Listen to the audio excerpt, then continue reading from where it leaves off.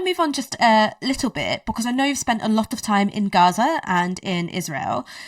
For somebody who's never been to Israel before, how would you describe the culture there?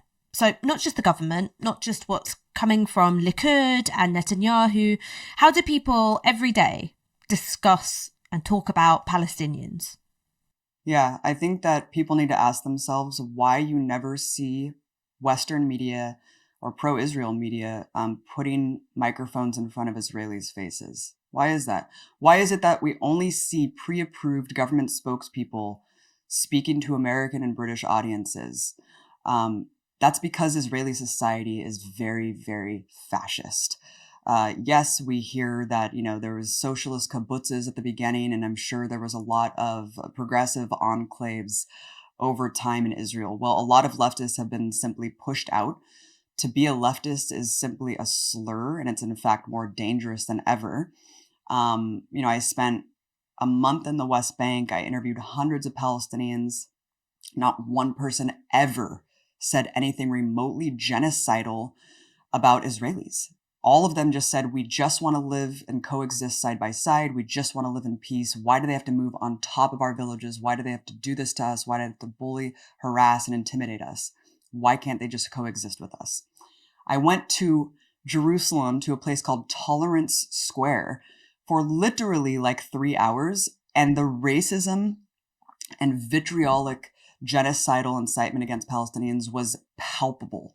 I mean, all I did was just go around and do man on the streets. Like I do that everywhere I go. I just like to get a snapshot of where people's minds are at. And I literally just asked Israel. It wasn't even just Israelis. It was settlers. It was just American citizens who were there just moving to Israel. Of course, we know a lot of people just up and move, just like Netanyahu himself, who's from Philadelphia. I just simply asked them, what do you think about the situation? And you should hear the rhetoric that came out of people's mouths, knowing that they were on camera. Every single one espoused genocide or ethnic cleansing.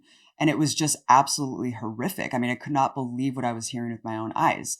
One Israeli told me that they were a leftist, and they said, I just want the occupation to be more humane. And he said, leftist is a slur here in Israel. I have colleagues, David Sheen, who would go to rallies and embed himself in these fascist rallies in Tel Aviv, where you have thousands of people chanting not just death to Arabs, but death to the leftists.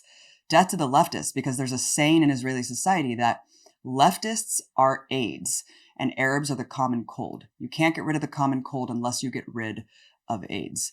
And that's really genuinely what they think, because they want the final solution for the Arabs. They want to expel or kill all Arabs so they could have essentially an ethno-state, because they think the same thing about African Jews, whether it be Ethiopian Jews who are administered Depo-Provera against their will.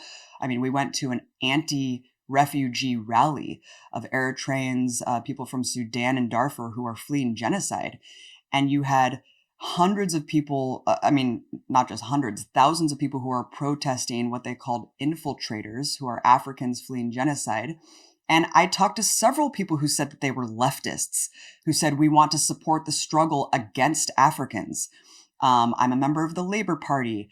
These people are infiltrators. They come here with their horrible habits and we need to expel them all, send them back to Mother Africa. It's just like, my God. I mean, the contradictions and hypocrisy of people who are immigrants settling on ethnically cleansed Palestinian land to actually say that Africans are, need to go back to their country is just absolutely mind-blowing. But yes, there really is such a diminishing left in Israel. I mean, just look at the genocidal onslaught. Look at the polling. Less than 2% thought that Israel was using too much firepower in Gaza after they obliterated and decimated the entire Gaza Strip. Less than 2%. You go back to the 2014 onslaught in Gaza where 2,500 Palestinians were killed, 500 children. 95% of Israelis supported that. The open fire policy at this fortified border fence, overwhelming majority, over 90% of Israelis support that.